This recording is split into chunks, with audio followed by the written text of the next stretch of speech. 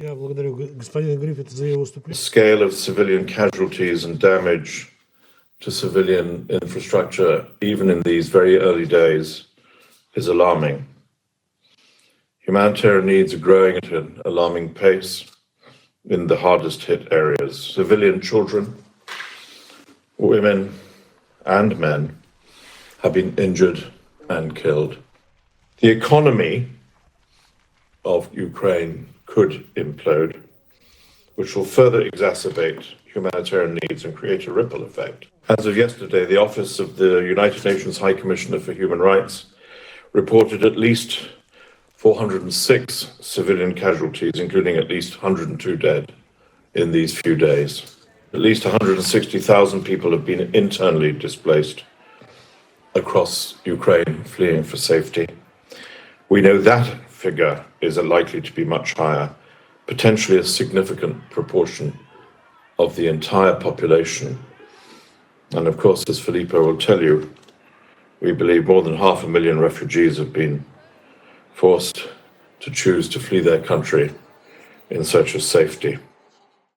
Tomorrow, the Secretary General will launch a humanitarian appeal for this crisis with two components: a 3-month flash appeal for the situation inside the country and a regional response plan for the situation outside under the leadership of Filippo Grandi and his office.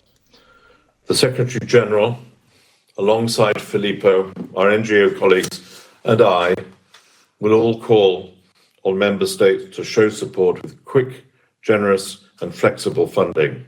Geneva. We're currently planning, I repeat, planning, for up to 4 million refugees in the coming days and weeks. Such a rapid increase would be a huge burden for receiving states and would no doubt stress reception systems and related resources. Like all countries hosting refugees around the world, they cannot be left alone to shoulder this responsibility. Сейчас я предоставляю слово тем членам Совета. La France prépare avec le Mexique un projet de résolution du Conseil appelant au plein respect du droit international humanitaire, à la protection des civils et à un accès humanitaire sans entrave afin de répondre aux besoins urgents de la population ukrainienne. Il sera soumis au vote très rapidement. La France salue le courage dont fait preuve le peuple d'Ukraine.